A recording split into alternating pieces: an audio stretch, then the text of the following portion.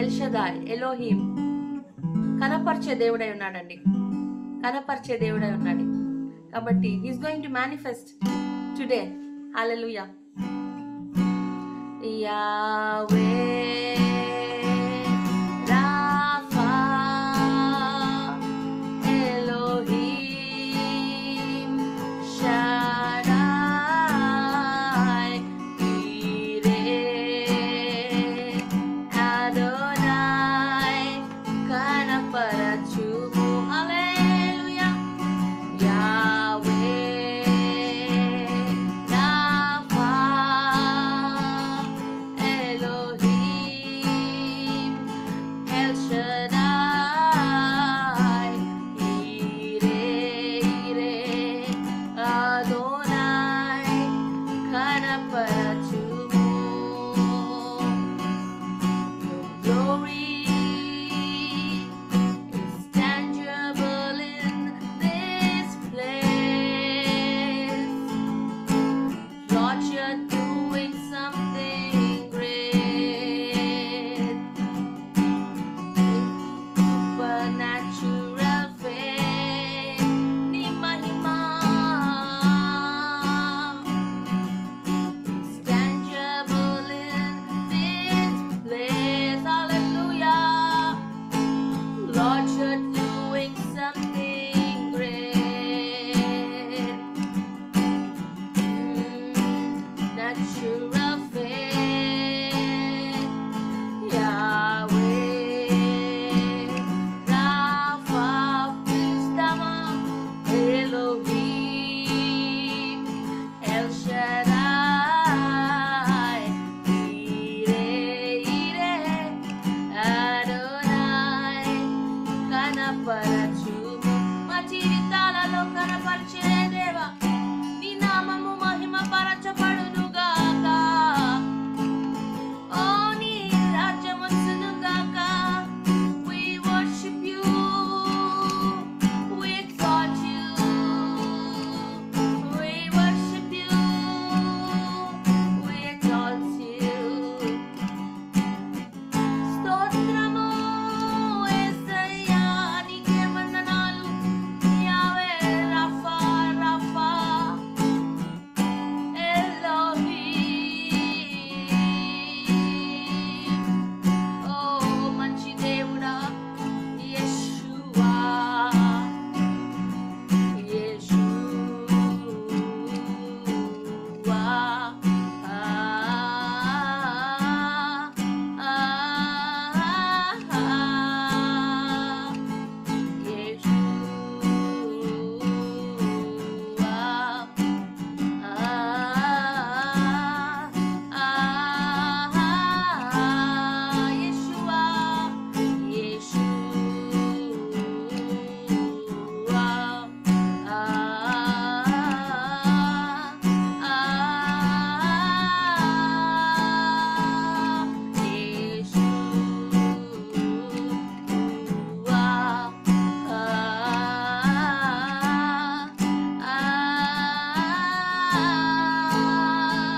Call upon the name of the Lord.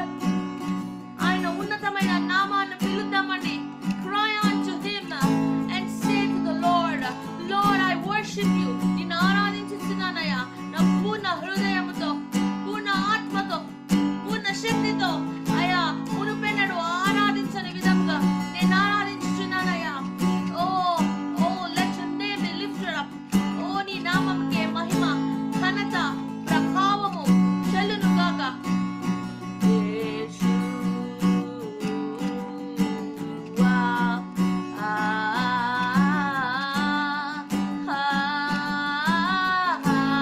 అందరము యెషూవా,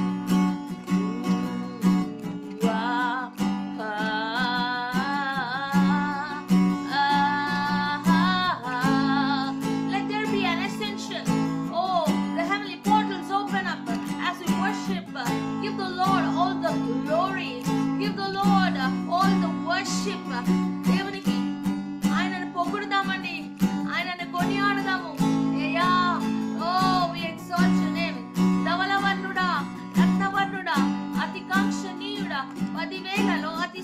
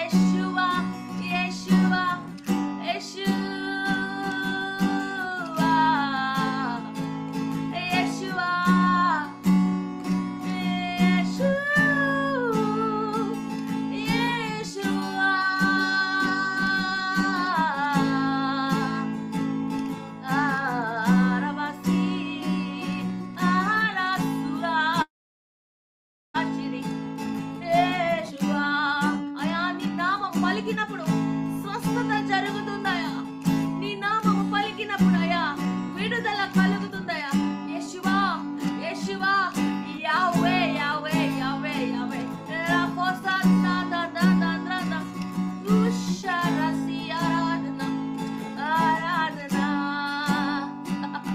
ఆరాధన ఆరాధన కృతజ్ఞత ఆరాధన కృతజ్ఞత ఆరాధన స్తుతి స్తుతి స్తుతి స్తుతి స్తోత్రం స్తోత్రం స్తోత్రం స్తోత్రం మహిమ మహిమ మహిమ రాజా పరలోకం తండ్రి ఆరాధన నీకే ఆరాధన నీకే ఆరాధన. Smile unto the Lord, looking unto Jesus, who's the author and finisher of our faith. Oh, వరమసి ఆరాధన ఆరాధన. అడుగు వాటి కంటే ఊహించు వాటి కంటే అత్యధికముగా ఇచ్చే దేవా నీకు నీకు స్తోత్రం స్తోత్రం స్తోత్రం. Exceedingly abundantly, oh we worship you. వరమసిరా బాబా బాబా బాబా బాబా బాబా. మౌనంగా ఉండద్దండి. It's a time where God meets a man. It's a time where the heavenly presence is coming upon our lives. Oh Rabba, as we worship, మునుపెన్నటి ఆరాధించని విధంగా ఆరాధిద్దామండి. ఆరాధన నీకే ఆరాధన నీకే ఆరాధన నీకే ఆరాధన నీకే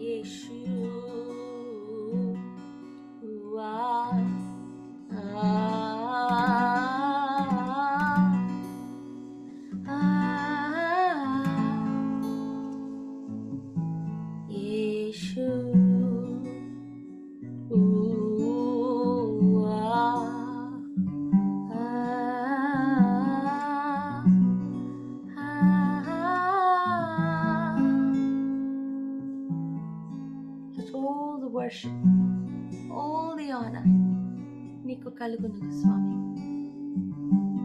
భయంకరమైన గొప్ప దేవ, మహనీయం, ద క్యాంప్ ఆఫ్ గాడ్, యావే షబవోత్, సైన్యములకు అధిపతి యెహోవా, గొప్ప రాజా, మంచివాడా, ప్రేమమయ అయ్యా, షరతులు లేకుండా మమ్మల్ని ప్రేమిస్తున్నావయ్యా.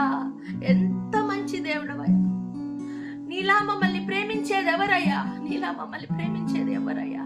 నీలా లేదెవ్వరు. హల్లెలూయా, హల్లెలూయా, హల్లెలూయా. We bow down our heads and say thank you Jesus, thank you Jesus for your wonderful love. Thank you Jesus for your amazing love. Thank you Lord for your presence. Thank you, thank you, thank you, thank you, thank you. ఎంత కృతజ్ఞత చెప్పినా సరిపోదయ్యా. నువ్వు చేసిన మేళ్లకు, నువ్వు చేసే కార్యాలకు అయ్యా, నువ్వు చేసే అయ్యా ప్రతి విషయానికై నీకు వందనాలు, స్తోత్రాలు, స్తోత్రాలు, స్తోత్రాలు. Let this worship be acceptable to you, my King, the lover of my soul. In Jesus' name, amen and amen and amen. Hallelujah. Let us give the Lord a clap offering. He deserves all the glory, all the honor and all the worship. దేవుని నామముకి మహిమ, ప్రభావము సమస్తము చెల్లును గాక. హల్లెలూయా. ఎంతమంది హృదయపూర్వకంగా ఆరాధించారండి? ఇంతమంది మునిపెన్నడూ ఆరాధించిన విధముగా మొత్తం శక్తి పెట్టి, మొత్తం ఫోకస్ పెట్టి, కాన్సన్ట్రేషన్ పెట్టి ఆరాధించారు. ఆశీర్వదింపబడుతుంది కాక. ఈ సమయము దేవుడిచ్చిన సమయం అంటే మనకి this time is a blessed time. So once again welcome you all to amazing God international ministries. Yes, ఇప్పుడు వాక్యము చదువుకునే సమయం అండి. ఈరోజు మన మధ్యన స్క్రిప్చర్ పోర్షన్ చదవడానికి సిస్టర్ జాయ్ డయానా గారు ఉన్నారు మన మధ్యలో. So over to you sister for the scripture reading.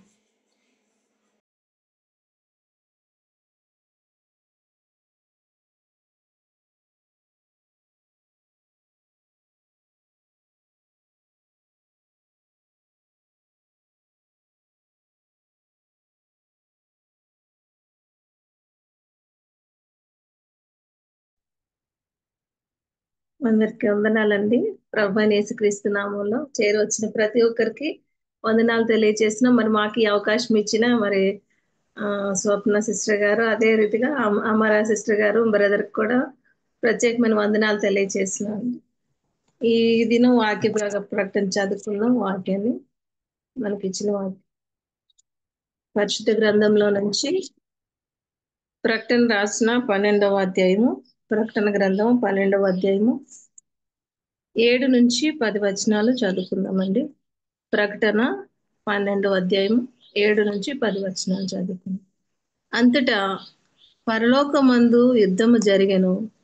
మికాయేలు అతని దూతలను ఆ ఘట సర్పముతో యుద్ధము చేయవలనని ఉండగా ఆ ఘట సర్పమును దాని దూతలను యుద్ధము చేసిరి గాని గెలువలేకపోయిరి. గనుక పరలోకమందు వారికి స్థలము లేకపోయెను. కాగా సర్వలోకమును మోసపుచ్చుచు అపవాది అనియు సాతాననియు పేరు గల ఆది సర్పమైన ఆ మహాఘట సర్పము పడద్రోయబడెను. అది భూమి మీద పడద్రోయబడెను. దాని దూతలు దానితో కూడా పడద్రోయబడిరి. మరియు ఒక గొప్ప స్వరము పరలోకమందు ఇలాగు చెప్పుట వింటిని, రాత్రి మగళ్ళు మన దేవుని ఎదుట మన సహోదరుల మీద నేరము మోపువాడైన అపవాది పడద్రోయబడి ఉన్నాడు.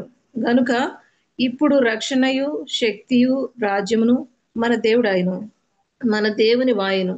ఇప్పుడు అధికారము ఆయన క్రీస్తు దాయను. ప్రభు ఈ వాక్య భాగ్యాన్ని మన హృదయాల మీద ముద్రించిన ఆశీర్వదించి ఆమేన్. నాకు ఈ అవకాశం ఇచ్చినందుకు thank you sister. Praise Lord. Joy Diana sister for that wonderful reading of the word.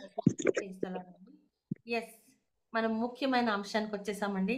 దేవుని వాక్యము సుత్తి వంటిది, పాల వంటిది, నీళ్ళ వంటిది, అద్దము వంటిది. అవును, అంతే కదండి. Do you agree with me? Yes, అటువంటి వాక్యము ఈరోజు మనం వినబోతున్నాం. దేవుడు మనతో మాట్లాడబోతున్నారు. మనం చేయవలసిన పనులు, చేయవలసిన కార్యాలు ఇంకా చాలా ఉన్నాయి. కోత విస్తారముగా ఉంది కానీ పనివారు కొద్దుగా ఉన్నారు. అయితే మనం యాజ్ వి ప్రిపేర్ మన మధ్యన అనేకమైన వారాల నుంచి మాసాల నుంచి దేవుని వాక్యాన్ని మన మధ్యకి సింపుల్గా కష్టమైన ప్రకటన గ్రంథాన్ని ఈజీగా సింపుల్గా అర్థమయ్యేటట్టు చెప్పడానికి మన మధ్యలో రెవరెండ్ రాజ్ కుమారి శామ్యుల్ అమ్మగారు ఉన్నారు. From doctor Martin Luther church Secunderabad. అనేకమైన మాసాల నుంచి మనకి ప్రకటన గ్రంథం ఎక్స్ప్లెయిన్ చేస్తున్నారు. ఈ రోజు మనకి 12వ చాప్టర్ 12th చాప్టర్ రెవల్యూషన్ నుంచి వాక్యం సందేశాన్ని అందింపచేస్తారు. We welcome you, Rajkumari Ammagaru, and the time is yours. Praise the Lord.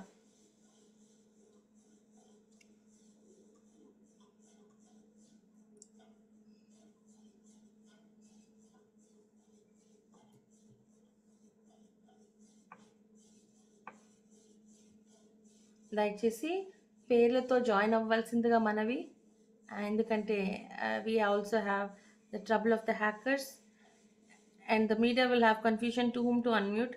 దయచేసి మీరు మీ పేర్లతోనే ఎంటర్ అవ్వాల్సిందిగా మనవి.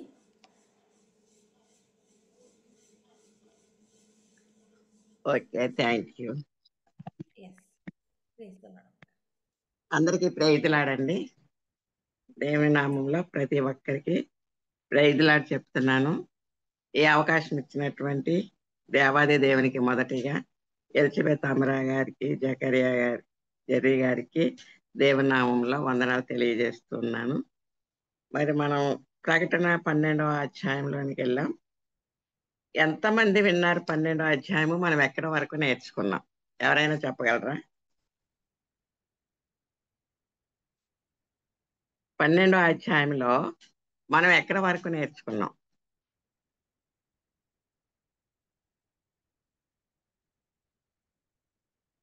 ఎవరికి జ్ఞాపకం లేదండి? ఏం నేర్చుకున్నాం?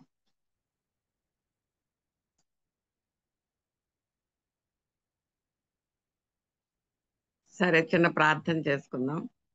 సర్వ సృష్టికి కారణభూతుడమైన మా పరలోకపు తండ్రి, మీకు స్తుతులు స్తోత్రాలు చెల్లించుకుంటున్నాం ప్రభు. ఇదిగోనైనా గత రాత్రి అంతా సుఖమైన నిద్రను అనుగ్రహించి మరి ఒక నూతన దిన దయా కిరీటాన్ని మాకు అనుగ్రహించి ఈ ఉదయ కాలంలో తండ్రి AGIMW మినిస్ట్రీలో మేమందరము చేరి నాయన మిమ్మల్ని స్తుతించటానికి, ఆరాధించటానికి, మీ వాక్యాన్ని ధ్యానించటానికి, మిమ్మల్ని ప్రార్థించటానికి మీరు ఇచ్చిన అమూల్యమైన సమయాన్ని బట్టి మీకు స్తుతులు స్తోత్రాలు చెల్లించుకుంటున్నాం ప్రభు. ఎంతో మందికి లేని ధన్యతను ప్రభు మీరు మాకు అనుగ్రహించారు ప్రభు. అందుని బట్టి మీకు వేలాది స్తుతులు స్తోత్రాలు నాయన. ఇప్పటి వరకు పాటల ద్వారా మిమ్మల్ని స్తుతించి ఉన్నారు తండ్రి. అయా లేఖనములను పఠించడం ద్వారా మిమ్మల్ని ఘనపరిచి ఉన్నారు ప్రభు. నీ వాక్య సందేశాన్ని అందించడానికి ఏ యోగ్యత లేని నన్ను యోగ్యురాలుగా చేసుకుని నిలబెట్టుకున్న విధానాన్ని బట్టి మీకు స్తుతులు స్తోత్రాలు ప్రభు. నా అంతరంగ హృదయాన్ని మీ పరిశుద్ధ రక్తంతో కడిగి నాయన పరిశుభ్రపరచి మీ పరిశుద్ధమైన వాక్కులతో మమ్మల్ని నింపండి తండ్రి. నన్ను నింపండి తండ్రి. స్తోత్రాలు ప్రభు. ఇదిగోనైనా ప్రకటన గ్రంథంలో 12వ అధ్యాయంలో తండ్రి ఉన్నటువంటి వాక్యమునకు నాయన ఆత్మీయ మర్మాలను మాకు బయలుపరచండి తండ్రి. స్తోత్రాలు. మీ అభిషేకంతో నింపండి, ఆత్మ నడిపింపును అనుగ్రహించండి తండ్రి. నన్ను మీ శిలువ చాటును మరుగుపరిచి నా నోటిని మీరు బోరగా వాడుకొని నాకు మా అందరికి ఏ వాక్యం అవసరమో తండ్రి మమ్మల్ని అందరినీ బలపరచమని ఆది నుండి అంతము వరకు మీరే అధ్యక్షత వహించి క్రమముగాను మర్యాదగాను మీకు మహిమకరముగా జరిగించుకొనుమని త్వరలో రానయ్యున్న మా ప్రభువును శ్రీరక్షకుడునైన యేసుక్రీస్తు ద్వారా అడిగి వేడుకొంచున్నాము తండ్రి. ఆమేన్. ఈ అధ్యాయంలో మనం చూసినట్లయితే ఈ ప్రకటన గ్రంథం 12వ అధ్యాయంలో యోహాను గారికి ఒక గొప్ప సూచన కనపడుతుంది. ఆ సూచనలో ఎవరు ఉన్నారంటే ఒక స్త్రీ కనపడుతుంది. ఆ స్త్రీ ఏ విధంగా ఉంది, ఏమేమి ధరించుకుందని మనం లాస్ట్ మంత్ లో మనం నేర్చుకున్నాం. ఈ యొక్క స్త్రీ ఎవరంటే ప్రకటన గ్రంథం 12వ అధ్యాయంలో ఉన్న ఈ స్త్రీ సంఘానికి సాదృశ్యంగా ఉంది. ఈ స్త్రీ ఏమేమి ధరించుకుందో మనం నేర్చుకున్నాం. అవి మనము ధరించుకున్నామా లేదా? రాకడ బహు సమీపంలో ఉంది. మనం ఎత్తబడే సంఘంలో వధువ సంఘంలో ఉండాలంటే 4 రకాలైనటువంటి లక్షణాలని కలిగి ఉంది ఈ స్త్రీ. మొట్టమొదటిగా సూర్యుని ధరించుకుంది. మనము కూడా సూర్యుడు అంటే ఎవరంటే నీతి సూర్యుడు యేసుక్రీస్తు ప్రభువును ధరించుకున్న వారిగా మనం ఉండాలి. అది రెఫరెన్సెస్ తో చెప్పాను లాస్ట్ టైము. రెండవదిగా చంద్రుని పాదముల క్రింద ధరించింది. అంటే ఈ సుఖభాగాలు, ఈ యొక్క లోకాచారాలు, ఈ సుఖవంతమైనటువంటి జీవితాన్ని మన కాలు క్రింద అణగద్రొక్కుకోవాలి. చంద్రుని పాదముల క్రింద ధరించుట అంటే ఈ లోకంలో ఉన్నవన్నీ అసహ్యంగా ఎంచుకోవాలి. ఇంకా శరీరాశ, నేత్రాశ, జీవపు డంబము ఇవేవి కూడా మనలోనికి రాకుండా వాటన్ని త్యజించాలి, విసర్జించాలి. మూడవది 12 నక్షత్రముల కిరీటాన్ని ధరించుట అనగా 12 నక్షత్రాలంటే దేవుని భక్తులకు, పరిశుద్ధులకు, దేవదూతలకు సాదృశ్యంగా ఉందని మనం నేర్చుకున్నాం. అయితే ఇక్కడ 12 అపోస్తుల యొక్క సద్బోధ, సత్య సువార్త ప్రకారంగా మనం జీవించాలి. ఈ స్త్రీ అయితే ఆ విధంగా జీవించింది. ఆ యొక్క సద్బోధకు శిరస వహించింది. ఆ బోధ ప్రకారంగా జీవించింది.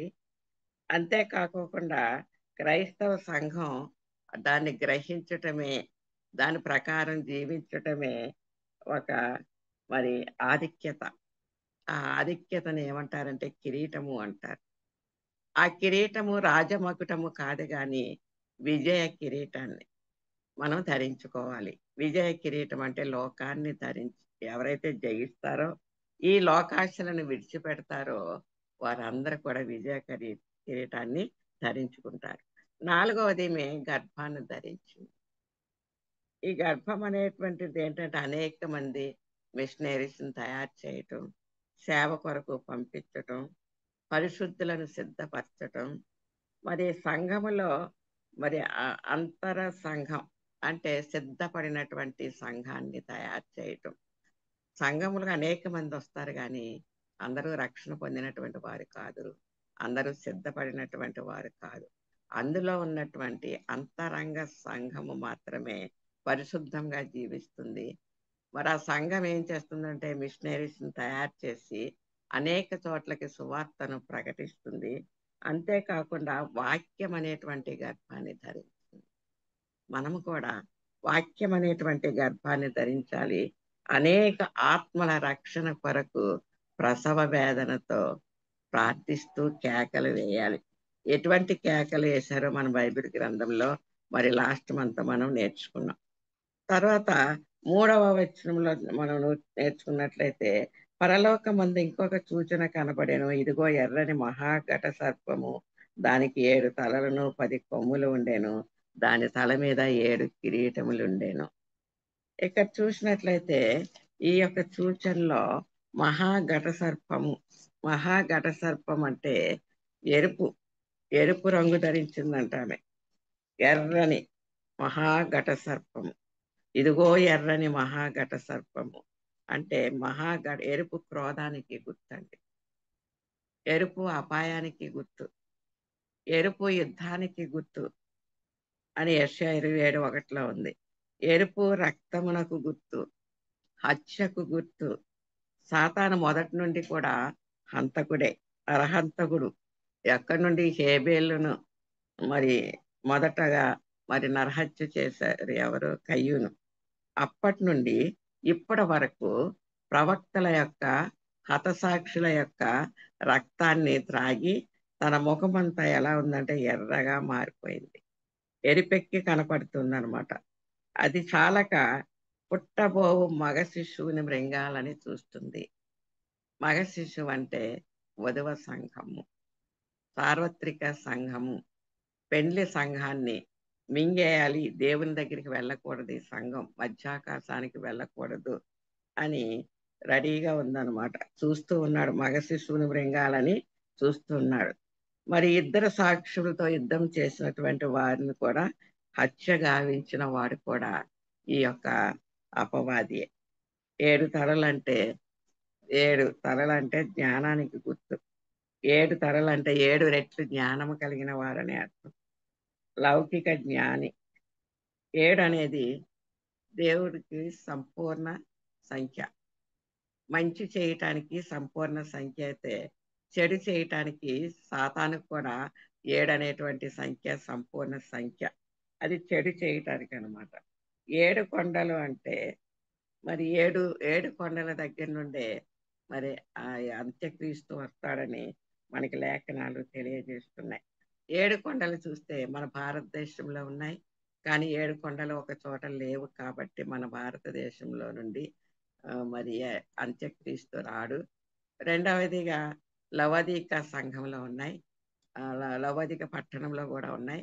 అక్కడ నుండి కూడా మరి అంత్యక్రీస్తు వచ్చేటువంటి ఆనవాళ్ళు లేవు. మూడవది చూస్తే రోమా పట్టణం. ఈ రోమా పట్టణంలో మరి 7 కొండలు ఉన్నాయి. అక్కడ నుండే అంత్యక్రీస్తు వస్తాడనేటువంటి మరి చరిత్ర చెప్తూ ఉంది. 10 కొమ్ములు. కొమ్ము అంటే బలానికి గుర్తు. బలానికి 10 కొమ్ములు అంటే 10 రెట్లు. 10 మంది రాజులు యుద్ధానికి సాతానుడు ఏర్పాటు చేసుకున్నాడు. అంటే 10 దేశాలు ఇప్పటికే మరి ప్రపంచమంతా ఏలేటువంటి చక్రవర్తి ఒకడు రావాలని మరి అంగీకరించారు. 9 మంది అప్పుడే సంతకాలు పెట్టారు. ఒక్క దేశం మాత్రమే పెట్టాలి. ఈ 10 మంది రాజుల యొక్క బలాన్ని చూసుకుని ఈ సాతానుడు ఏం చేస్తున్నాడంటే మరి గర్విస్తూ అహంకారంతో ఎర్రని మరి ముఖముతో తిరుగుతూ ఉన్నాడు. 7 కిరీటాలు ఇప్పుడే నేర్చుకున్నాం. కిరీటం అంటే మరి సంపూర్ణ సంఖ్య అని. 7 కిరీటం అనగా భూలోకములో సంపూర్ణ అధికారము కలదు అని అర్థం. మరి ఎవరికి సాతానికి మాత్రమే సంపూర్ణ అధికారము వస్తుంది. ఈ లోకాధికారి ఎవరంటే సాతాను. దాని తోక ఆకాశ నక్షత్రములో 3వ భాగముని ఈడ్చి భూమి మీద పడవేసింది. అంటే ప్రస్తుతము ఘట సర్పమని ఇక్కడ మనం చదువుకున్నాము. 7వ వచనంలో మనం చూసినట్లయితే ఇక్కడ దీనికి ఎన్ని పేర్లు ఉన్నాయంటే 9వ వచనంలో చూస్తే అపవాది అనియు సాతాననియు పేరు గల ఆది సర్పమైన ఆ మహాఘట సర్పము పడద్రోయబడినుండి. దీనికి ఇన్ని పేర్లున్నాయి. ఘట సర్పమని, అపవాదని, సాతానని పిలువబడుతున్నటువంటి ఈ క్రీస్తు విరోధి అయినటువంటి సాతానుడు మరి ఏం చేస్తున్నాడు? మొట్టమొదట ఎవరంటే దేవుని యొక్క ప్రధాన దూత. మొదట్లో ఎంతో మంచిగా ఉండేవాడని, నమ్మకంగా ఉండేవాడు, చాలా అందంగా ఉండేవాడు. పరలోకంలో ప్రధాన దూత దేవునికి, మరి దేవునికి స్తుతులు చెల్లించేటువంటి దూతలకు నాయకుడిగా ఉండేవాడు. 24 అవర్స్ కూడా పరిశుద్ధుడు పరిశుద్ధుడు పరిశుద్ధుడు అని దేవుణ్ణి స్తుతిస్తూ ఉన్నటువంటి గ్రూప్కి నాయకుడి అపవాది. ఇతని కింద అనేక మంది దూతలు ఉంటుంటారు. ఆ దూతలకి ప్రధాన దూత అన్నమాట. ఇతడి మంచి సింహాసనం ఉంది, కిరీటం ఉంది, అభిషేకింపబడినటువంటి కెరూబుగా ఈ అపవాదైనటువంటి లూసిఫర్ ఉండేవాడు. అయితే యెహెజ్కేలు 28వ అధ్యాయము 13 నుండి 18 వచనాలు మీరు చదివినట్లయితే ఈ యొక్క మరి అపవాది గురించి క్లియర్ గా ఉంటుంది. అయితే అతనిలో గర్వము ప్రవేశించింది. అంతే ఎందుకు వచ్చింది గర్వము అంటే, నేను దేవునితో సమానుడనని మనసులో అనుకుంది. సభాపతి కూర్చునేటువంటి పర్వతానికి, ఆ సభా పర్వతానికి పైన నేను ఎక్కుదును అని దేవునితో నేను సమానం అని తనలో తాను గర్వించటం జరిగింది. ఈ రోజుల్లో మనం కూడా అంతేనండి. ఏమన్నా దేవుడు మనకి ఏమైనా వరాలు ఇచ్చినా, మరి మన మంచిగా వాడుకుంటున్నా ఏం చేస్తున్నామంటే ఆ వరాలు ఇవ్వటం వల్ల మనం కూడా దేవునితో సమానం అని విర్రవీగేటువంటి దైవ సేవకులు ఎంతమందో ప్రపంచంలో ఉన్నారు, ఈ లోకంలో ఉన్నారు. అదేవిధంగా దేవుని దగ్గర పనిచేస్తూ, దేవుని దగ్గర ఉంటూ, దేవుని దగ్గర నుండి శక్తిని పొందుకొని, దేవుని దగ్గర నుండి వెలుగును పొందుకొని, దేవుని దగ్గర అధికారం పొందుకొని మరి చక్కగా పనిచేస్తున్నటువంటి అపవాదిలో దుర్బుద్ధి పుట్టింది, గర్వము పుట్టింది. నేను దేవునితో సమానము అనుకున్నాడు. ఎప్పుడైతే మనసులో అనుకున్నాడో అతడు ఏమైపోయాడండి? గర్వాన్ని అంతటినీ పోగొట్టుకున్నాడు, సైతానుగా మారిపోయాడు. ఎప్పుడైతే మనసులో అనుకున్నాడో అతనిలో వెలిగిపోయింది, అతనిలో చీకటి వచ్చేసింది, అతడు సైతానుగా మారిపోయాడు. చక్కగా ప్రకాశవంతంగా ఉండేవాడు, వెలుగుగా ఉండేవాడు, పెద్ద కెరూబుగా మరి ఉండేవాడు. అతనిలో ఏమైందంటే చీకటి వచ్చిందండి. ఎప్పుడైతే సాతానుగా మారిపోయాడో, నేను ఆకాశమునికి ఎక్కిపోదును, దేవుని నక్షత్రములకు పైగా నా సింహాసమును హెచ్చింతును అని, మహోన్నతుడు నన్ను సమానుగా చేసుకొందును అని మనసులో అనుకున్నాడు. ఇది అతని గర్వానికి రుజువు. యెషయా గ్రంథం 14వ అధ్యాయము మరి 12 నుండి 17 వచనాల వరకు చదివినట్లయితే అతని యొక్క గర్వాన్ని గురించి.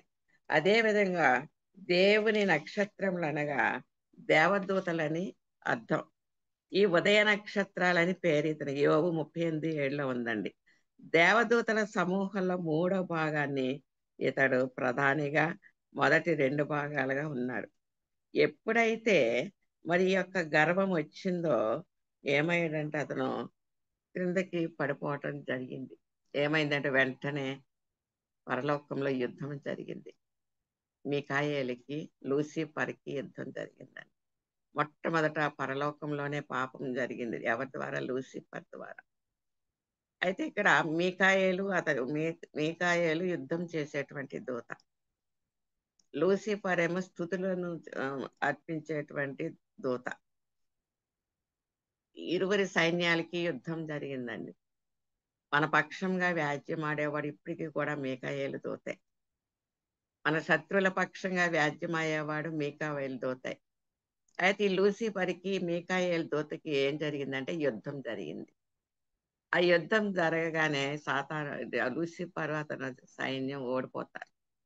ఓడిపోగానే వెంటనే ఏం చేస్తాడంటే మరి పరలోకం నుండి క్రిందకి నెట్టివేయబడ్డాడు, భూమి మీదకు పడవేయబడ్డాడు. ఇక్కడ ఏమని రాస్తుందంటే దాని తోక ఆకాశ నక్షత్రములో 3 భాగములు నీడ్చి వాటిని భూమి మీద పడవేశాను. ఇంకా భూమి మీదకి రాలేదండి. భూమి మీదకి పడవేశానని ఉంది కానీ మధ్యాకాశానికి నెట్టివేయబడ్డాడు. ఇప్పుడు అతను మధ్యాకాశంలో నివసిస్తూ ఉన్నాడు. ఇంకా భూమి మీదకి నెక్స్ట్ వస్తాడు. 2వ రాకడ సమయంలో మధ్యాకాశానికి యేసుక్రీస్తు ప్రభు వారు వస్తారు. మరి వధువు సంగమ ఎత్తబడుతుంది మధ్యాకాశానికి. అప్పుడు అతను ఆ మధ్యాకాశాన్ని ఖాళీ చేసి భూమి మీదకి పడవేయబడతాడు. ఇప్పుడు ప్రస్తుతము మధ్యాకాశంలో ఉన్నాడు. తోకతో అంటే అతనికి తల లేదండి. యేసుక్రీస్తు ప్రభు వారు మరి సిలువలో ఏం చేశాడంటే సాతాను యొక్క తలను చెదగొట్టాడు. ఆ తోకతోనే తన యొక్క దేవదూతలందరినీ కూడా ఏం చేశాడండి, కిందకి తీసుకుని వచ్చాడు. తనకు సపోర్ట్ చేసి తనతో యుద్ధం చేసినటువంటి దేవదూతలు లూసిఫరు మధ్యాకాశానికి నెట్టివేయబడ్డాడు. ఇక్కడ ఈ మధ్యాకాశంలోకి వచ్చిన తర్వాత మరి ఇక్కడ ఏం చేస్తున్నాడంటే వాయుదూతలుగా ఉండి దయ్యాలుగా మారిపోయాయి. ఆ దూతలన్నీ కూడా దయ్యాలుగా మారిపోయాయి. ఇప్పుడు మనకు కనపడే దయ్యాలన్నీ కూడా లూసిఫర్ యొక్క దూతలే. మన పితరులు చనిపోయి మళ్ళా క్రిందకి వచ్చేటువంటి అవకాశం లేదండి. మాకు వాళ్ళు కనపడ్డారు, వీళ్ళు కనపడ్డారు, మా నాన్న వచ్చాడు నాకు అక్కడ కనపడ్డాడు అంటారు కానీ అదంతా బ్రహ్మ, కళ.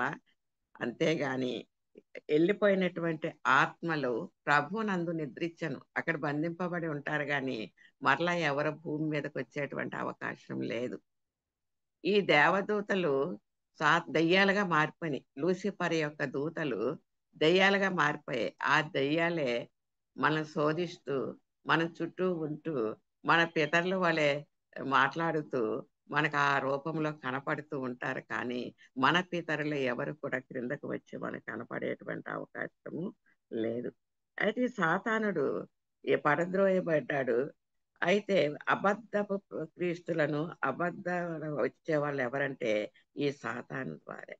ఎవరైతే ప్రవక్తలు ఉన్నారో, ఎవరైతే విశ్వాసులు ఉన్నారో, ఎవరైతే దేవుని యందు భయభక్తులు కలిగి జీవిస్తున్నారో వాళ్ళతో సహా వాళ్ళని వణికిస్తూ భయపడుతూ ఏం చేస్తున్నారు, దేవునిలో ఉండకోకుండా మార్చివేయటానికి అతడు పూనుకున్నాడు. ఈ ఎర్రని మహాఘట సర్పం. ఎందుకంటే ఆయన రాజ్యాన్ని విస్తరింప చేసుకోవాలి, మరి దేవుని దగ్గర ఆ దేవుని రాజ్యంలోకి ఎవరు వెళ్ళకూడదు, పరలోక రాజ్యానికి వెళ్ళకూడదు అని చెప్పి మరి అనేక మంది భక్తులను కూడా ఈ రోజు పడగొడుతుందండి. చాలా భక్తి పరులుగా ఉండేటువంటి పాస్టర్స్ పడిపోతున్నారు. దేనివల్ల? స్త్రీ కాంక్ష వల్ల, సిరికాంక్ష వల్ల చాలా మంది దైవజనులు పడిపోతున్నారు. మన న్యూస్ లో వింటూ ఉన్నాం. చాలా బాధాకరమైనటువంటి విషయం. ఎందుకంటే అనేక మంది భక్తులను ఏం చేస్తున్నాడంటే ఈ సాతానుడు పరద్రోస్తూ ఉన్నాడు. అందుకే ప్రతి విశ్వాసి నీవు జాగ్రత్తగా ఉండని హెచ్చరిస్తున్నాడు ప్రభు. దాని తోక ఇంకా బలంగా పనిచేస్తుంది. తల చిదికిపోయినప్పటికీ కూడా దాని తోక ఇంకా బాగా పనిచేస్తూనే ఉంది. ఎందుకంటే అది ఈడుస్తూ ఉంటున్నాడు. సిలువలో చితకపట్టినప్పటికీ కూడా ప్రస్తుతం వాడి తోకతోనే భక్తులను కదిలిస్తుంది, వణికిస్తుంది, ఈడుస్తుంది, పడవేసేస్తూ ఉంది. అందుకనే ఈ మరి సాతాను మీకాయల యుద్ధం జరిగిన తర్వాత మరి వీళ్ళు క్రిందకి పడద్రోయబడ్డారు. ఎందుకంటే ఇప్పుడు మధ్యాకాశంలో ఉన్న రాజ్యాన్ని వెళ్తూ ఉన్నాడు. ఈ లోకమంతా కూడా వాడి యొక్క ఆధీనంలో ఉంది కనుక మరి ఇంకొకటి ఇక ముందు జరుగుతూ ఉంది. నెక్స్ట్ టైము ఏం చేస్తున్నాడంటే జరిగేది ఏంటంటే భూమి మీదకి వచ్చేస్తారు. ఇంకా చూసినట్లయితే మళ్ళీ కొంతమంది రాలేదు కాబట్టి బ్రీఫ్ గా చెప్తున్నానండి నేను. మరి తర్వాత స్త్రీ కనగానే భూమి మీద పడవేశాను, కననయ్యున్న ఆ స్త్రీ కనగానే ఆమె శిశువును మృంగివేయవలనని ఆ ఘట సర్పము స్త్రీ ఎదుట నిలిచుండెను. మగ శిశువును కనిందండి. మగ శిశువు సమస్త జనములను ఇనుపదండముతో ఏలనయ్యున్న ఒక మగ శిశువును ఆమె కనగా ఆమె శిశువు దేవుని యొద్దకును ఆయన సింహాసనమునొద్దకును కొనిపోబడేను. మగ శిశువు అంటే ఎవరంటే సిద్ధపడినటువంటి వధువ సంఘము. ఎందుకు మగ శిశువు అన్నారంటే మరి ఇక్కడ చూసినట్లయితే సూర్యుని 12 నక్షత్రాలు కిరీటము తలపై ధరించిన క్రైస్తవ సంఘము అనగా బహిరంగ సంఘము వైపున గర్భములో ఉన్న స్త్రీ ఎవరని మనం అనుకుంటున్నామంటే ఇది బహిరంగ క్రైస్తవ సంఘములో ఉండి సిద్ధపడినటువంటి అంతరంగ క్రైస్తవ సంఘము. ఇక్కడ స్త్రీగా పోల్చబడిన వారు సంఘ సభ్యులు గాని జయ జీవితం పొందినటువంటి వారు కాదు. మగ శిశు అనబడు వారే అంతరంగ సంఘమును జయ జీవితము కలవాడు. దీనికోసం ఈ పెండ్లి కుమార్తెను సిద్ధపరచడానికి 6000 సంవత్సరాలు పట్టిందండి. పాత నిబంధన ప్రవక్తల కాలం నుండి ఈ రోజు వరకు యేసుక్రీస్తు ప్రభు రెండవ రాకడ వరకు కూడా మరి ఈ ప్రవక్తల యొక్క ప్రవచనాలు ఓల్డ్ టెస్టమెంట్ లో, ఆ నెరవేర్పు న్యూ టెస్టమెంట్ లో, సువార్త పరిచర్య పత్రిక పాఠంలో ఇవన్నీ కూడా దేని కొరకంటే ఈ ప్రయాస అంతా కూడా ఈ వధువ సంఘాన్ని సిద్ధపరచటం ప్రభు యొక్క చిత్తము. దీన్ని చెడగొట్టడము, ఈ పెళ్లి కుమార్తె సంఘము మధ్యాకాశానికి వెళ్ళకోకుండా దాన్ని మింగేయాలని 6000 సంవత్సరాల నుండి ఎదురు చూస్తున్నాడు ఈ అపవాది. ఇక్కడ ఈ 6000 సంవత్సరాలు ఈ పెళ్లి కుమార్తె సంఘం వారే 6000 సంవత్సరాల శ్రేష్ట పంట. ఎవరైతే సిద్ధపడినారో వాళ్ళందరూ కూడా దేవుని దృష్టిలో శ్రేష్టమైనటువంటి పంట అంట. దేవుని సంకల్పం అంతా కూడా మరి మగ శిశువు కొరకే. ఆయన ఈ లోకానికి రావటం, పాపులమైనటువంటి మనము, మరణానికి పాత్రులమైనటువంటి మనలను పరలోక రాజ్యానికి వారసులుగా చేయటానికి, పరలోక భాగ్యాన్ని విడిచిపెట్టి రిక్తునుగా ఈ లోకానికి రావటము, మన కొరకు శ్రమ పడటము, మన కొరకు సిలువ వేయబడటము, ప్రాణాలను అర్పించటం, చనిపోయి సాతాన్ని సిలువలో తలను చితక కొట్టడం, విజయాన్ని పొందటం, చనిపోయి సమాధి చేయబడి 3వ దినాన్ని లేచి మరి ఆరోహణమై మరి మరలా తిరిగి పరలోకానికి వెళ్ళి తండ్రి కుడి పార్శ్వమున కూర్చుని ఉన్నారు. ఇప్పుడు ఈ కార్యక్రమాలన్నీ ఎందుకంటే మగ శిశువు కొరకు, వధువ సంఘము కొరకు. ఈ వధువ సంఘాన్ని సిద్ధపరచటానికే మనలందరినీ నరకానికి పాత్రులమైనటువంటి మనలందరినీ కూడా మరి పరలోకానికి మార్గాన్ని చూపించి పాప క్షమాపణ దయచేసి రక్షణ కార్యాలను మన జీవితాల్లో జరిగించి మనలందరూ పరలోక వారసులుగా చేయటానికి మనకి మార్గాన్ని చూపించినటువంటి యేసుక్రీస్తు ప్రభు వారు మరి మనలందరినీ కూడా పరలోకానికి వారసులుగా చేయాలని ఆయన ఎన్నో శ్రమపడ్డారు, సిలువ వేయబడ్డారు, తన పరిశుద్ధ రక్తాన్ని చిందించారు.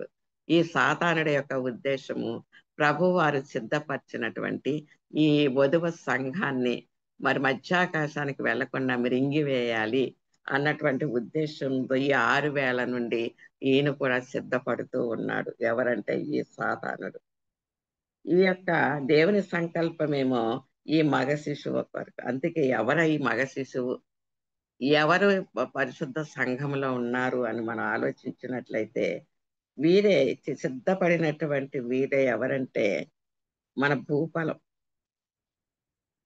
వీరే మన భూమిలో ఉన్నటువంటి భూఫలం అని చెప్పి యాకోబు 5:7 ఉంది. వీరే నూరంతల పంట మత్తయి 13:23 ఉంది. వీరే సిద్ధపడినటువంటి వారు మత్తయి 25:10 ఉంది. వీరే పరమ పావురమైనటువంటి యేసుక్రీస్తును మధ్యాకాశంలో కలుసుకొను భూలోక పావురం నందు ఉన్నటువంటి వారు వీరే అని చెప్పి పరమగీతాలు 2:14 ఉంది. వీరే పక్షిరాజు వలె రెక్కలు చాపి పైకి ఎగురువారు యెషయా 40:31 ఉంది. వీరే క్రీస్తు ఎదుట మరి నిలువగలిగినటువంటి మహిమ సంఘముగా ఉంటారు అని ఎఫెసీయులకు రాసిన పత్రిక 5వ అధ్యాయము 20 నుండి 21 వరకు ఉంది. వీరే షాలోము పొలములో పోయి పుష్పం అని పరమగీతము 2:1 ఉంది. వీరే లోయలో పుట్టు పద్మం అని పరమగీతాలు మరి 6:2 ఉంది. వీరే జయించువారును ప్రపంచమును ఇనుప దండముతో పరిపాలించువారునై ఉన్నారు అని ప్రకటన 2:7 ఉంది, 11:17 ఉంది, 3:5 ఉంది, 12వ అధ్యాయంలో ఉంది, 21:7 కూడా ఉంది. అన్నీయు వీరి కొరకే.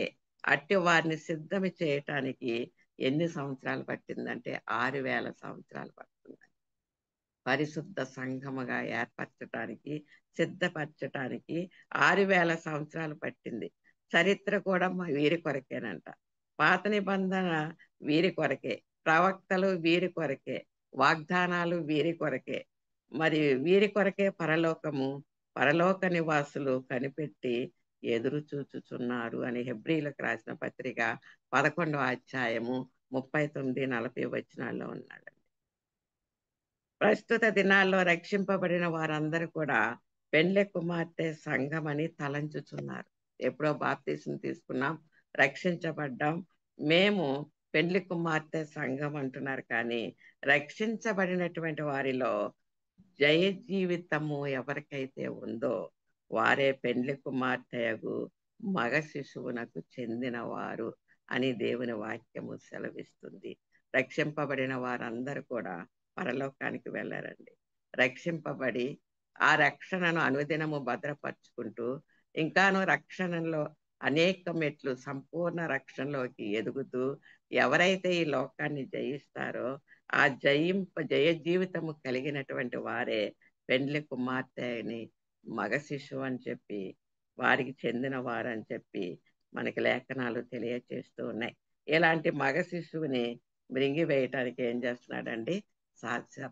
ప్రభు సిద్ధపరిచినటువంటి వారందరినీ కూడా ఈ మగ శిశువుని మృంగివేయటానికి సాతానుడు కనిపెడుతూ ఉన్నాడు.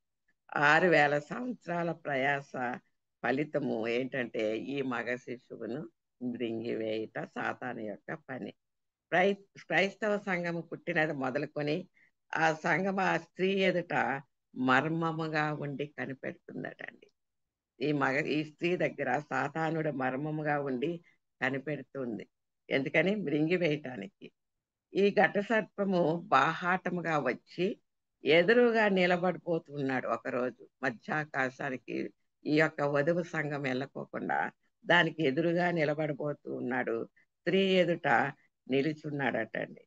భూలోకము నుండి పరలోకమునకు ఎగిసిపోవు వారికి ఎదురుగా, అనగా మధ్యాకాశం అని అర్థం అన్నమాట.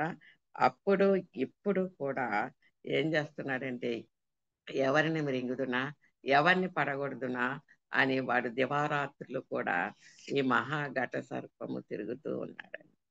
ఇక్కడ చూసినట్లయితే మరి దేవుని యొద్దకు ఆయన వేలనై ఉన్న యొక్క మగ శిశువును ఆమె కనగా ఆమె శిశువు దేవుని యొద్దకును ఆయన సింహాసనం యొద్దకును కొనుపోబడాను. అయితే ఈ సిద్ధపడినటువంటి వధువ సంఘము దేవుని దగ్గరికి సింహాసనం దగ్గరికి కొనుపోబడింది. ఆ స్త్రీ అరణ్యమునకు పారిపోయాను. అచ్చట వారు 1260 దినములు ఆమెను పోషింపవలని దేవుడు ఆమెకు ఒక స్థలమును సిద్ధపరిచి ఉండెను. అరణ్యం అంటే లోకం అండి. ఆ స్త్రీ అరణ్యమునకు పోయాను. అరణ్యం అంటే లోకం, విడిచిపెట్టబడినటువంటి వారు అనగా శ్రమ, కష్టము, హింసలను సూచిస్తుంది. బహిరంగ క్రైస్తవము అంటే నామకార్థ క్రైస్తవులందరూ కూడా మిగిలిపోయి విడిచిపెట్టబడి ఏం చేస్తారంట, శ్రమను పొందుతారని అర్థం. శిశువేమో ఎగిరిపోయే పైకి, వధువ సంఘం మగ శిశువు పైకి ఎగిరిపోయిన సమయంలో స్త్రీని ఘట సర్పము హింసిస్తుంది. ఈ మిగిలిన సంఘం అనేటువంటి స్త్రీ విడిచిపెట్టబడుతుంది. ఈ నామకార్థ క్రైస్తవులు, ఈ యొక్క బహిరంగ క్రైస్తవులు ఏమవుతారనమాట, ఇక్కడ విడిచిపెట్టబడతారండి. అయితే ఇక్కడ ఈ సమయాన్ని ఈ విడిచిపెట్టబడినటువంటి వారిని ఏం చేస్తుందంటే ఎన్నో శ్రమలు, హింసలు పెడుతుంది. ఈ స్త్రీని ఘట సర్పము హింసించిన సమయానికి మధ్యకాలము ఎంతంటే ఇక్కడ మనకి ఇవ్వబడింది. ఎంతని ఇవ్వబడిందంటే మన ఆ స్త్రీ 260 దినములు ఆమెను పోషింపవలనని దేవుడు ఆమెకు ఒక స్థలమును సిద్ధపరచను. ఇక్కడ చూసినట్లయితే మన ప్రకటన 7:12 చదివినట్లయితే ఏమనుందంటే, పరలోకమా, పరలోక నివాసులారా ఉత్సహించుడి, భూమి సముద్రమా మీకు శ్రమ, అపవాది తనకు సమయము కొంచెమే అని తెలుసుకొని బహు క్రోధము గలవాడై మీ వద్దకు దిగి వచ్చి ఉన్నాడని చెప్పాను. అంతటా పరలోక రాజ్యంలో 7వ వచనం చదువుకుందామండి. యుద్ధం జరిగింది. మీకాయేలు అతని దూతలు ఆ ఘట సర్పంతో యుద్ధం చేయవలని ఉండగా ఆ ఘట సర్పమును దాని దూతలను యుద్ధము చేసిరు గాని గెలవలేకపోయిరి. కనుక పరలోకమందు వారికి స్థలము లేకపోయాను. కాగా సర్వలోకమును మోసపుచ్చుచు అపవాది అనియు సాతాననియు పేరు గల ఆది సర్పమైన మహా ఘట సర్పము పడద్రోయబడెను. ఇప్పుడు వరకు నేను చెప్పింది ఇదేది. ఈ యొక్క యుద్ధం జరిగింది. యుద్ధం అయిన తర్వాత ఈ మహాఘట సర్పము మధ్యాకాశానికి పడద్రోయబడింది. అయితే సర్వలోకాన్ని మోసపుచ్చుచు అపవాది అనియు సాతాననియు పేరు గలది ఆది సర్పమైన మహాఘట సర్పము పడద్రోయబడెను. అది భూమి మీద పడద్రోయబడెను. దాని దూతలు దానితో కూడా పడద్రోయబడేది. అంటే భూమి మీద అని ఉన్నారు కానీ భూమి మీద కాదండి, ఇంకా రాలేదు. ఇంకా కొద్ది కాలానికి ఆడు భూమి మీదకి రాబోతున్నాడు. ఇప్పుడు మధ్యాకాశానికి పడద్రోయబడ్డాడు.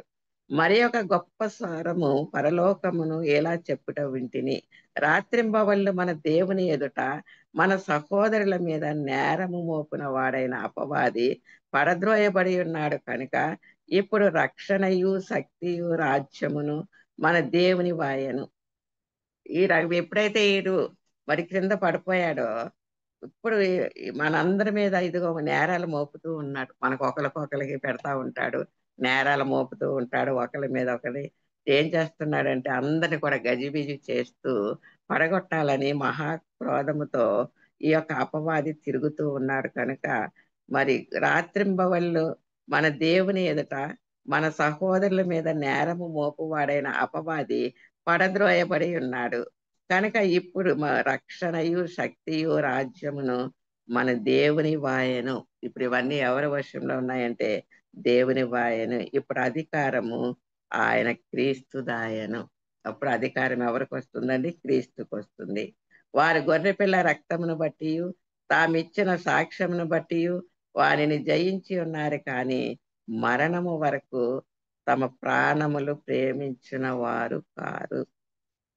ఏం చేస్తున్నారంటే గొర్రె పిల్ల యొక్క రక్తాన్ని బట్టి మన సాక్ష్యాలు చెప్తున్నాం, సాక్ష్యాన్ని బట్టి మనం జయించి ఉన్నారు కానీ మరణము వరకు తమ ప్రాణములను ప్రేమించిన వారు కాదు. మరణము వరకు మనలో ప్రేమ ఉండదటండి. ప్రేమ నశించిపోతుంది అంటున్నాడు. ఇప్పటికే లేదు. ఒక కుటుంబంలోనే తోబుట్టువుల మధ్య ప్రేమ లేవు. ఒకరి మీద ఒకరికి ప్రేమ లేదు. స్వార్థముతోని, అసూయతోను మరి ప్రపంచమంతా కూడా జీవిస్తుంది. ఎక్కడా సత్యాన్ని నమ్మట్లేదు. అబద్ధాలని నమ్ముతున్నారు. సాతాను చేసి మోసాలని, అకృత్యాలనే నమ్ముతున్నారు. కానీ దేవుని సత్యాన్ని నమ్మలేకపోతూ ఉన్నారు. నమ్మిన వారిని పడగొట్టేస్తున్నాడు. అనేక మంది జారిపోతున్నారు. అనేక మంది పడిపోతున్నారు. మరి దేవుడు ఏర్పరచుకున్న ప్రవక్తలతో సహా స్త్రీ వాంఛతోనూ సిరి వాంఛతోనూ పడిపోతూ ఉన్నారు. కారణము సాతానుడు మరి ఎర్రని ఆ, కన్నులతో ఏం చేస్తున్నాడు? మహాక్రోధముతో ఎవరిని మృంగుదునా అని తిరుగుతూ ఉన్నాడు. కనుక ఇక్కడ వారు ప్రాణాన్ని ప్రేమించిన వారు కారు. అందుచేత పరలోకమా, పరలోక నివాసులారా ఉత్సహించుడి. భూమి సముద్రమా మీకు శ్రమ. అపవాది తనకు సమయము కొంచెమని తెలుసుకొని మహాక్రోధము గలవాడై మీ యొద్దకు దిగి వచ్చి ఉన్నాడని చెప్పాను. సమయము కొంచెమే ఉంది కనుక వాడు ఏం చేస్తున్నాడంటే చాలా వేగముగా గర్జించు సింహము వలె ఏం చేస్తున్నాడంట? క్రోధము గలవాడై మన మన మధ్యలో దిగి వచ్చి మనలను తన వైపు తిప్పుకోవటానికి అందరినీ పడగొడుతూ ఉన్నాడు. సమయం ఎక్కువ లేదండి. రెండవ రాకడ బహు సమీపంగా ఉంది. సాతానుడు అంత స్పీడ్గా పనిచేస్తున్నాడు. మనము అంత స్పీడ్గా సిద్ధపాటు కలిగి ఉన్నామా? మనమంతా జాగ్రత్తగా దేవుని దగ్గరికి వెళ్ళాలని, వధువ సంఘంలో కూడా మనం ఉండాలని, మధ్యాకాశానికి వెళ్ళాలని అని మనం కష్టపడుతున్నామా? మనం సిద్ధపడుతూ ఉన్నామా? ఎందుకంటే రాకడ బహు సమీపంగా ఉంది. చెడ్డ దినంలో మనం ఉన్నాం. అపాయకరమైన దినాల్లో ఉన్నాం. సమయాన్ని పోనీయక సిద్ధపాటును కలిగి ఉండాలని దేవుని వాక్యము సెలవిస్తూ ఉంది. ఈ సాతానుడంతా వేగంగా పనిచేస్తున్నాడు. మరి మనం అంత వేగముగా సిద్ధపాటును కలిగి ఉంటున్నామా? జాగ్రత్త కలిగి ఉంటున్నామా? ఆ సాతాను వలలో పడకుండా మనలను మనము కాపాడుకోగలుగుతున్నామా? లేకపోతే ఈ లోకాశలకు, లోక ఆచారాలకు, సుఖభోగాలకి అలవాటు పడిపోయి దేవునికి దూరం అయిపోతున్నామేమో. ఒక్కసారి మన అంతరంగ హృదయాలని పరీక్షించుకుందామండి. అయితే ఇక్కడ మరి ఆ ఘట సర్పము తాను భూమి మీద పడద్రోయబడి ఉండేట చూచి ఆ మగ శిశువును కనిన స్త్రీని హింసించెను. అందువలన ఆ అరణ్యములో ఉన్న తన చోటికి ఎగురినట్టు గొప్ప పక్షిరాజు రెక్కలు రెండు ఆమెకి ఇయ్యబడెను. అచ్చట ఆ సర్ప ముఖమును చూడకుండా ఆమె ఒక కాలములు అర్ధకాలము పోషింపబడిన కావున ఆ స్త్రీ ప్రవాహమును కొట్టుకుపోవలనని ఆ సర్పము తన నోటి నుండి నీళ్లు నదీ ప్రవాహముగా ఆమె వెనుక వెళ్ళగ్రక్కెను. కాని భూమి ఆ స్త్రీకి సహకారి అయి తన నోరు తెరచి ఆ ఘట సర్పమును తన నోట నుండి క్రక్కిన ప్రవాహమును మృంగివేశాను. అందుచేత ఆ ఘట సర్పము ఆగ్రహము తెచ్చుకొని దేవుని ఆజ్ఞలను గైకొనుచు యేసును గూర్చి సాక్ష్యమిచ్చుచూ ఉన్న వారైన ఆమె సంతానములో శేషించిన వారితో యుద్ధము చేయుటకై బయలు వెడలి సముద్ర తీరమున నిలిచాను. ఆ సాతానుడు వెళ్ళి అక్కడ నిలిచాడండి. స్త్రీని హింసించాడండి. సాతాను ఆశాభంగము కలిగినందున బహిరంగ సంఘమైనటువంటి క్రైస్తవ సంఘం అనే స్త్రీని హింసించాడు. క్రైస్తవ సంఘం అనేటువంటి స్త్రీని హింసిస్తున్నాడు. విడిచిపెట్టబడ్డారు. వీరందరూ కూడా మధ్యాకాశానికి వెళ్ళలేదు. వధువ సంఘంలో లేదు. అయితే వీళ్ళందరూ విడిచిపెట్టారు. వారందరిని ఏం చేస్తున్నాడంటే ఈ సాతానుడు హింసిస్తున్నాడు. అవే 7 ఏండ్ల శ్రమకాల ప్రారంభ దినాలండి. 7 ఏండ్ల శ్రమకాల ప్రారంభ దినాలు అనగా విడవబడిన సంఘమును ఘట సర్పము ఏం చేస్తుందంట? బాధిస్తుంది, హింసిస్తుంది. అది ఆ స్త్రీని కొట్టుకొని పోవలనని ఆమె వెనుక తన నోట నుండి నీళ్లు నదీ ప్రవాహముగా వెళ్ళగ్రక్కెను. 15వ వచనంలో ఉందండి ఇప్పుడు మనం చదువుకునే దాంట్లో. కానీ భూమి ఆ స్త్రీకి సహకారి అయి నోరు తెరచి ఆ ఘట సర్పమును తన నోట నుండి గ్రక్కిన ప్రవాహమును మృంగివేశాను. నీళ్లు నదీ ప్రవాహము వలె వెళ్ళగ్రక్కుట అంటే శ్రమలు పెట్టుట అన్నట్టు. ఇక్కడ నీళ్లు నదీ ప్రవాహము వలె వెళ్ళగ్రక్కుట అనగా శ్రమలు పెట్టుట లేక దేవదూషణలు నదీ ప్రవాహము వలె మరి ఏం చేస్తాయంట, మన మీదకి విడిచిపెట్టబడిన వారికి వస్తాయంట. ఈ తొందర స్త్రీకి తగలక భూమికి అనగా భూనివాసులకు శ్రమ కలుగును కనుక భూమి సహాయము చేసినట్లుగా మరి లేఖనాల్లో ఉంది. మరి వెళ్ళి ఎక్కడ నిలిచి ఉన్నాడంట? సముద్ర తీరమున నిలిచి ఉన్నాడు. అరణ్యానికి వెళ్ళిపోయింది. అరణ్యము అంటే ఏంటంటే మరి లోకంలోనికి వెళ్ళిపోయిందండి. మరి ఈ సందర్భంలో మరి ప్రభు అనుగ్రహించిన దర్శనం కలుపుకొని స్త్రీ దర్శనము వెంటనే మరొక దర్శనమును వీడు కొనసాగిస్తూ ఉన్నాడు. ఇక్కడ చూసినట్లయితే మరి 13వ అధ్యాయంలోకి వెళ్తే వీడు ఆ సముద్ర తీరమున ఏం చేస్తున్నాడు అన్నది మనకి అక్కడ విపులముగా వివరించబడి ఉంది. కాలములు అర్ధకాలము ఈ స్త్రీ పోషించబడేను అని ఉంది. విడిపడబడిన సంఘము కాలములు అర్ధకాలము పోషింపబడినదని వ్రాయబడింది. కాలమనగా 1 సంవత్సరం, కాలములనగా 2 సంవత్సరములని, అర్ధకాలమనగా అర్ధ సంవత్సరమని, మొత్తము 3.5 సంవత్సరాలని అర్థం అండి. మొత్తము 3.5 సంవత్సరాలు. దానియేలు 4వ అధ్యాయము 32లో ఉంది, తర్వాత చదువుకోండి. 7 కాలములు అనగా 7 సంవత్సరాలు. కనుక కాలం అనగా 1 సంవత్సరము, 3.5 సంవత్సరములు అనగా 1260 దినాలు. 3.5 సంవత్సరములు అంటే 1260 దినాలు. స్త్రీ పోషణ 1160 దినములు అని ఉంది ప్రకటన 12:6లో. అరణ్యంలోనున్న కాలములు అర్ధకాలము అన్న కూడా 1260 దినాలండి. గోనె పట్టదారులు ఇద్దరు సాక్షుల సాక్ష్య దినాలు కూడా మరి 1260 దినాలు. పరిశుద్ధ స్థలమును కాలితో త్రొక్కిన దినములు 42 నెలలు అంటే 1260 దినాలండి. క్రూర మృగాధికారమును జరుపుకునే కాలము 42 నెలలు అంటే 1260 దినాలు. 13:5లో ఉంటది నెక్స్ట్ మనం వెళ్ళేది. మహోన్నతుని విరోధి భక్తులను నలగగొట్టుటకు కాలము అర్ధకాలము అంటే 1260. దానియేలు 7:25లో ఉందండి. పరిశుద్ధ స్థలము యొక్క బలమును కొట్టివేయబడుట 1260 దినాలండి. దానియేలు 12:7లో ఉంది. ఈ 7 సంభవములు 7 కాలములో గాక ఒకే కాలమునందు జరుగుతాయని మనం గ్రహించాలి. మరి 1260 దినములు దినమొకటికి 1 సంవత్సరంతో పోల్చబడటం కూడా బైబిల్లో ఉంది. 1 దినము 1 సంవత్సరము. సంఖ్యాకాండము 14:34లోను, యెహెజ్కేలు 4:6లో చూసినట్లయితే ఈ లెక్క ప్రకారము మరి కొంత వివరాలు రాయబడి ఉన్నాయి. అంతియోస్ అనువాడు యూదులను హింస పెట్టినది, దేవాలయమును హతమోర్చినది 1260 దినాలు అనగా 3.5 సంవత్సరాలు. 165 బీసీలో ఉందండి. 168, 165 బీసీలో.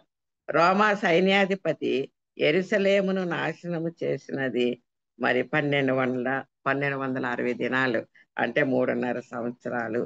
అలా ప్రపంచవ్యాప్తంగా పోపుల పరిపాలన 1260 సంవత్సరాలు అనగా 7వ శతాబ్దం నుండి 18వ శతాబ్దము వరకు. ఇంకా చూసినట్లయితే మహమ్మదీయుల వశములో పాలస్తీనా ఉన్న కాలము క్రైస్తవునకు ముందు కాలము 1260 సంవత్సరాలు. కనుక కాలములు అర్ధకాలం యొక్క వివరము జరిగిన వాటితోనూ జరగబోవు వాటితోనూ చాలా సంబంధము ఉన్నట్లుగా లేఖనాలు తెలియచేస్తూ ఉన్నాయి. అయితే ఈ యొక్క సాతానుడు వెళ్ళి ఆగ్రహం తెచ్చుకొని ప్రవాహం రింగేసింది. ఈ స్త్రీకి ఎటువంటి హాని జరగలేదు. అందుచేత ఆ ఘట సర్పము ఆగ్రహము తెచ్చుకొని కోపం తెచ్చుకొని దేవుని ఆజ్ఞలు గైకొను యేసును గూర్చి సాక్ష్యం ఇచ్చున్న వారైన ఆమె సంతానములో శేషించిన వారితో యుద్ధము చేయుటకై బయలు వెడలి సముద్ర తీరమున నిలిచెను. ఈ మిగిలిన వారితో యుద్ధం చేయటానికి మహా కోపముతో ఆగ్రహముతో మిగిలినటువంటి వారిని హింసించటానికి వారితో యుద్ధము చేయటానికి తిరిగి ఎక్కడికి వెళ్ళిందంటే సముద్ర తీరానికి వెళ్ళి ఈ సాతానుడు నిలవబడతాడటండి. ఈ జరగబోయేటువంటి కాలంలో మరి ఇటువంటి భయంకరమైనటువంటి మరి జరగబోతూ ఉన్నాయి. మనకు ముందుగానే తెలుసుకుంటున్నాము. ఎంతవరకు మనం ఈ మాటలు గైకొని మనలను మనం జాగ్రత్త పడుతున్నాము, మనల్ని మనం సరి చేసుకుంటూ ఉన్నాము. ఒక్కసారి మన అంతరంగ హృదయాల్ని పరీక్షించుకుందామండి. మన పరిస్థితి ఏంటి? ఈ యొక్క స్త్రీ ఏం ధరించుకుంది? 4 లక్షణాలు కలిగి ఉంది. ఆ 4 లక్షణాలు కలిగి ఉంటేనే మనం ఎత్తబడే గుంపులో ఉంటాము. ఈ సాతానుడు పెట్టే శ్రమల నుండి తప్పించబడి మధ్యాకాశానికి వెళ్ళాలి అంటే ఆ యొక్క లక్షణాలను కలిగి ఉండాలి. విడిచిపెట్టబడిన వారిలో భక్తులు కూడా కొంతమంది ప్రభు విడిచిపెడతారంట. ఎందుకంటే వారిని హతసాక్షులుగా చనిపోతారు. హతసాక్షులుగా చంపబడటానికి ఎత్తబడేటువంటి సంఘములో వెళ్ళకోకుండా కొంతమంది భక్తులు కూడా విడిచిపెట్టబడతారంట ఈ లోకంలో. కాబట్టి మనం ఏ గుంపులో ఉన్నాము? విడిచిపెట్టబడే గుంపులో ఉన్నామా, లేక మధ్యాకాశానికి వెళ్ళేటువంటి వధువ సంఘంలో ఉన్నామా? మన ప్రయాస, మన సిద్ధపాటు ఎక్కడికి? ఈ లోకము చాలా అశాశ్వతమైనది, ఈ లోక శాశ్వతమైనది కాదు. మనకు ఒక పిక్నిక్ లాంటిది ఈ లోకం.